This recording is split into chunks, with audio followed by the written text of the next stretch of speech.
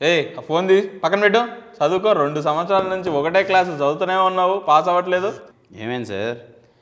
ఏంటి sir 10th class exams చదువుకోమంటే సరిగ్గా చదువుకోవట్లేదు. 2 సంవత్సరాల నుంచి అదే చదువుతున్నాడు. ఏంది మనోడు ఇంకా 10th క్లాసా? కనీసం బీటెక్ వచ్చాడు అనుకున్నాను సార్. అయినా ఏంటి స్లిప్ టెస్ట్లు ఉన్నాయా?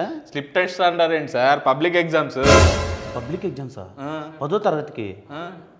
అమ్మని అమ్మ. హలో సార్, ఏంటి మార్చిలో 10వ తరగతి వాళ్ళకి ఎగ్జామ్స్ ఉన్నాయా? ఇంటర్మీడియట్ వాళ్ళకి కూడా? ఎప్పటి నుంచి సార్? యో మరి మన సినిమా ఉంది కదా సార్. సార్ మార్చిలో ఎగ్జామ్స్ ఏంటి సార్? మార్చడానికి ఏమవుదా? అవునులే, నా కోసం ఎందుకు మారుస్తారు మీరు? సర్లేండి, ఇంకేం చేస్తాం. ఎగ్జామ్స్ పోస్ట్ పోన్ చేస్తున్నారు అయితే? మూసుకుని చదువు. ఎందుకు సార్ అంత టెన్షన్ పడుతున్నారు?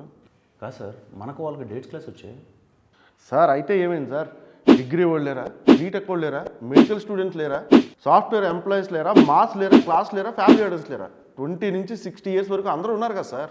అంటే మీ వద్దా సినిమాకి? మరి వాళ్ళు అన్నది కూడా కరెక్టే కదా సార్, వాళ్ళు కూడా సినిమా చూడాలి కదా. మరి ఏం చేద్దాం అనుకున్నారు సార్? ఇంక చేయడానికి ఏముంది సార్.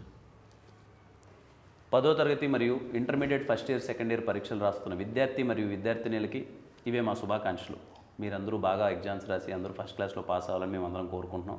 అలాగే ఎగ్జామ్స్ అయిపోయిన తర్వాత ప్యాడ్ పట్టుకొని డైరెక్ట్గా పరిగెత్తుకుంటూ దిల్రూబా సినిమాకి వెళ్ళండి.